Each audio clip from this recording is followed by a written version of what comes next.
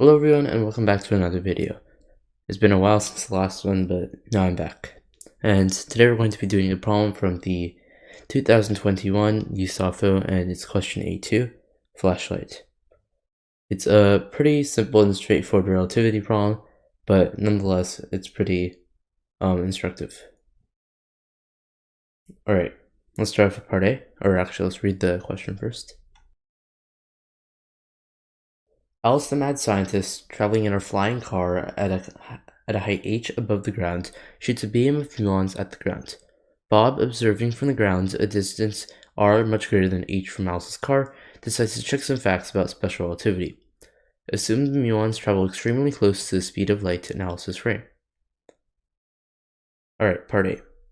Alice's car flies at a horizontal speed v is equal to beta c. Alice shoots her muon beam straight down in a reference frame. Express your answers in terms of beta, h, r, and fundamental constants. And then part I of part A, what is the horizontal velocity of the muons in Bob's reference frame? Alright. So, part A. So the horizontal velocity of the muons is just going to be v, because the Alice is moving at v, and the muons have no horizontal velocity component in Alice's frame. If the muons did have some sort of horizontal velocity component and they were shot down at an angle, then we would have to use the relativistic doppler relativistic velocity addition formula, but in this case we did not. So the answer is just v or beta c, since they want it in terms of beta h and r. And let's move on to part 2 of A. What is the vertical velocity of the muons in Bob's reference frame? So first of all, we're told that the muons travel extremely close to the speed of light. So their total speed here is just approximately c. And if we change frames, we know special relativity, the maximum speed is the speed of light c. So if there's some horizontal velocity component, then the vertical velocity component has to adjust and stay at speed c. And the speed of light is c in all reference frames. So, and we can just regard this almost like a beam of light. So essentially, we have that in Bob's frame, the total speed has to be c as well, except now it has a horizontal velocity component of v. So then the vertical velocity component, just by Pythagorean's theorem, is going to be the square root of c squared minus v squared. Make that a little bit smaller so don't run out of room. V squared. So we can write here that the vertical velocity component v sub y is the square root of c squared minus v squared. And to get it in terms of beta h and r, we can factor out a c here and get square root 1 minus v over c squared, which is equal to v over c is beta, so which is equal to c root 1 minus beta squared. Alright, that's part 2 of part A. And now part 3. How long does it take the muons to reach the ground in Bob's reference frame? So we know the speed, the vertical velocity in Bob's reference frame, and the distance it travels from Alice's car to the ground is simply just h. Because Alice is moving in this direction, so there's no changes in the transverse direction to Alice's motion in special relativity. So the distance the muons go down is still h, so the time to fall is simply equal to h over the square root, or h over this speed here, and that's equal to h over c times 1 over root 1 minus beta squared. Alright, so that's part A complete. Let's move on to the next parts. Alright, now there's some more information for the rest of the problem, and it goes like this. Alice's velocity v is directed at an angle theta away from Bob. For the rest of the problem, you may additionally express your answers in terms of theta. Part B. In Bob's reference frame, how much time is there when he sees Alice first fire the beam, and when he sees the beam first hit the ground? Hint, remember to account for the travel time of light to Bob's eyes. So we already know for the time for the beam to go from when it's fired to the ground here. We found that here, except now we have to account for the difference in time. So basically what we have here is, say this is the ground here, and we have Bob, and we have Alice up here. And when the beam is first fired, a beam of light also has to go to Bob's eyes, and then he'll see that the beam was fired. And then afterward, when the beam does reach the ground, Bob is still here, and Alice has moved a bit farther into the page and to the right, or at least in this case. For a different theta, of course, it could move left or out of the page. And the muon beam is just going to be under Alice all the time, because as we found in part A, it's horizontal velocity. Well, in this case, it's just the component velocity parallel to the plane here is just going to be v. So the muons hit the ground somewhere over here, and then light is going to travel from that point there to Bob's eyes, and that's going to take some time as well. And this is not just going to be from here, because Alice has moved, so it's going to be some unknown distance. Let's say it's d. Alright, so now we need to just compute everything since we know the steps here. For simplicity, let's say t equals 0 is when it's fired, and this is in Bob's frame, and this is not when Bob sees it, because it takes some time for light to travel. So the time when Bob sees it fired is going to be the time for it to travel from here to here, and since this distance here is h and this distance from here to here is r, we have that the time for it to get to Bob's eyes is just going to be by Pythagorean's theorem. The distance is r squared plus h squared, and the speed is the speed of light, c. So this is when Bob sees fire. So now we need to find when Bob sees it hit the ground, and that's going to be C hit, and that's going to be the time to fall, which we found in part A, plus the additional time for it to get to this point to Bob's eyes, which is going to be d over c. And now the difference in time according to Bob's eyes is just going to be the difference between these two times here. So delta t is equal to t c hit minus t c fire,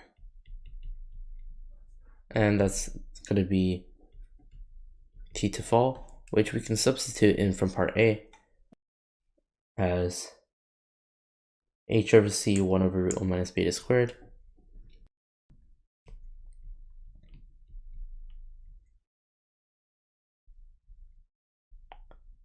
minus beta squared plus d over c minus the square root of r squared plus h squared over c. Alright, so now we just need to find d. So let's draw another diagram. Bob is here, Bob, and Alice is here, the original point, and then Alice is going to move some direction here with angle theta, and the beam slash Alice are going to end here. And the distance we desire is this distance from Bob, which is still to this final position here, d. And we also know this distance here from A to B is r, and this distance here, right here, is just going to be the velocity times the time to fall, since that's how long the beam moves horizontally. And So now we can finish by law of cosines. This is pi minus theta to get d. And we have d squared is equal to r squared plus vt to fall, which we can plug in here. We already know this is time to fall, and that's going to be h beta over root 1 minus beta squared plus now, or it's going to be minus actually, minus 2r times this distance here, which again is h beta over root 1 minus beta squared times cosine pi minus theta, which is negative cosine theta, so we can add a plus here and just write cosine theta. So now we can plug this in and we can find the final delta t. So delta t is equal to h over c 1 over root 1 minus beta squared plus the square root of this whole thing here all over c minus the square root of r squared plus h squared over c. Now at this point this is way too messy, so we can try to do some cleaning up with approximations, because we do have one assumption we can use, which is here r is much greater than h. So if we use that, we can simplify some of these expressions. So using r much greater than h, well, the first thing here is that this term we can ignore the h squared, it's going to be negligible, and so this term is basically just r over c. R over c. And then this term is pretty clean on its own, so we can just leave it as is, and then we have this whole disgusting expression here. So we could just do the same thing as here and ignore like this h squared term here and try to use binomial theorem to get this term out. One thing here is that these aren't just h's, these are h beta over root 1 minus beta squared. So to use some approximations in this expression, we would also need r is much greater than h beta over root 1 minus beta squared, which we're technically not given. But if we look in the next part of the problem, we see that beta is equal to 1/2, or not at the moment, but in the next part we'll use beta equals 1/2. And if you plug that in, that's going to be a pretty, beta over root 1 minus beta squared isn't going to be particularly large or particularly small, so we can very likely use this approximation. And actually, if you try plugging in, say, beta equals 0.9, which is a very fast speed for Alice's ship, you'll get that, I believe, beta over root 1 minus beta squared is approximately 2. And so if it's that case, then we can continue to use this approximation here. So we're assuming this part here, and then so we can ignore this term here and neglect it, and then we can use binomial theorem. So delta t is approximately h over c 1 over root 1 minus beta squared plus now the square root of r squared plus 2r h beta over root 1 minus beta squared cosine theta over c minus r over c. And using binomial theorem, we can approximate this even further. H over c 1 over the square root of 1 minus beta squared plus factoring out r over c times, and we have to multiply this term here by 1/2 since it's a square root, 1 plus beta over root 1 minus beta squared h over r cosine theta minus r over c. So we already see these two terms here are going to cancel, and we're left with delta t is approximately h over c. Let's write gamma, so that we don't have to write 1 over square root 1 minus beta squared a bunch of times. So gamma h over c plus gamma h over c times beta cosine theta. Alright, so that's part B, and this is the final answer for part B. Okay, now let's move on to part C.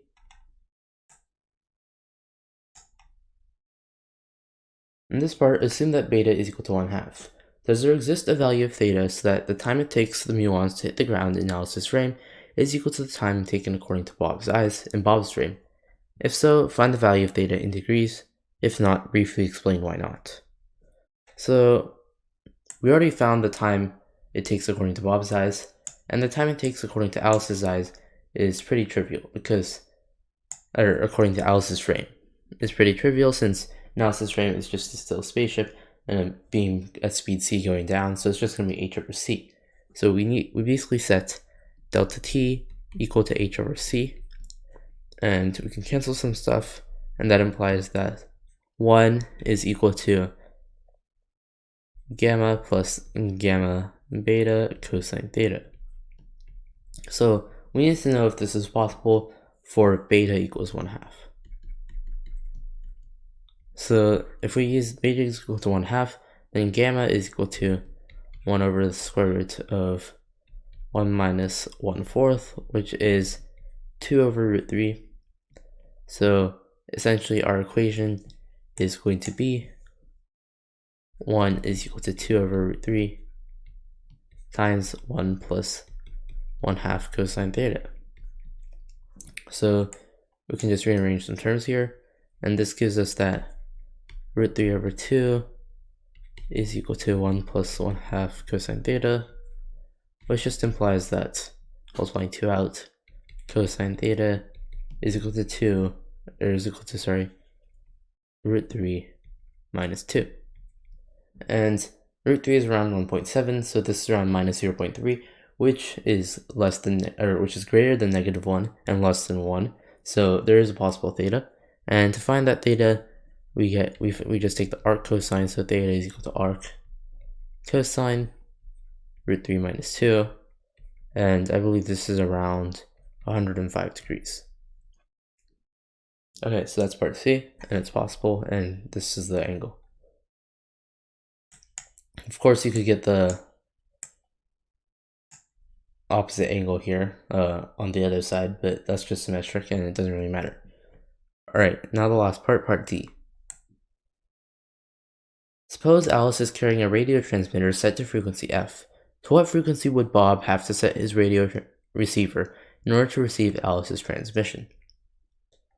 Alright, so this is the Doppler shift right here, or Doppler effect. And so if it's not exactly the normal setup you get, because if you had the normal setup, then you would have Bob here, and then Alice here would just move at some straight speed v directly away from Bob. And this is a well-known formula, but actually I guess the formula for at an angle is also kind of known, but it's not as well known. But this time it's different because it is moving at an angle theta. There's a couple different ways to solve this, but I'll present one that uses energy and momentum. And the way we're going to do it is consider a photon of energy E, and then transform it into the other reference frame. And once we do that, we know the frequencies are proportional to energies, so then we can relate the frequencies that Bob and Alice perceive. Alright, so in this frame here, consider a photon of energy E. And now I need to transform this photon to Alice's frame, who is moving at a speed v over here. And so from Alice's perspective, let's rotate the axes so that it's a little bit more clear. From Alice's perspective, we have the photon.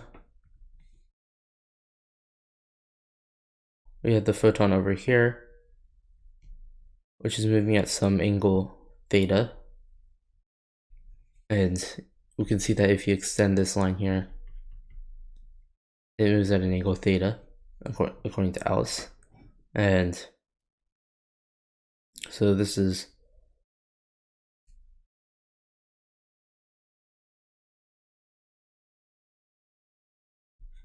an angle theta to the velocity of the frame.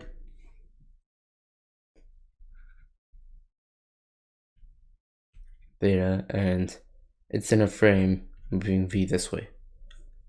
So now we just need to apply a Lorentz transformation, and energy and momentum transform the same way that time and space do.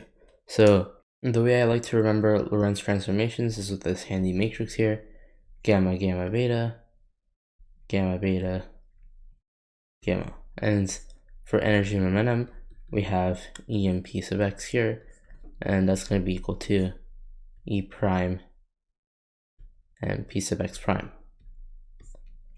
And in this case, the momentum of the photon is in the same direction as velocity, so when these multiply, everything is just going to be adding here. And so now we can get that E prime, which is the energy analysis frame of this photon, is going to be gamma E plus P sub x gamma beta. And P sub x with C equal to 1 is simply E cosine theta. Is simply E cosine theta, and it's just easier to work with C equal to 1. And here we have a direct relation between E prime and E, which is what we were looking for. And this is great because we know E prime is going to be equal to h times f sub a, which is the frequency of the photon analysis frame, and E is equal to h times f sub b, the frequency in Bob's frame. So we can cancel out the h's, and we get that f sub a is equal to, we factor out the E, and we get f sub b times gamma plus gamma beta cosine theta. And so what was the original question? If Alice sets her frequency to f, we need to know the frequency that Bob should set. And here we have the direct relation here, and this gives us that f sub Bob is just going to be Alice's frequency divided by gamma times 1 plus cosine, 1 plus beta cosine theta. Okay, so now we're done. And this expression might be a little familiar, because if you actually look up here, this is the same expression. And except it's kind of flipped because we're looking at times instead of frequencies, and frequencies are 1 over time. And so this is just the same because you can think of pulses being at the start and end of when the beam is fired, which is why we get the same result, and it all comes full circle. Alright, so that's it for this problem. I hope you enjoyed it, and thanks for watching.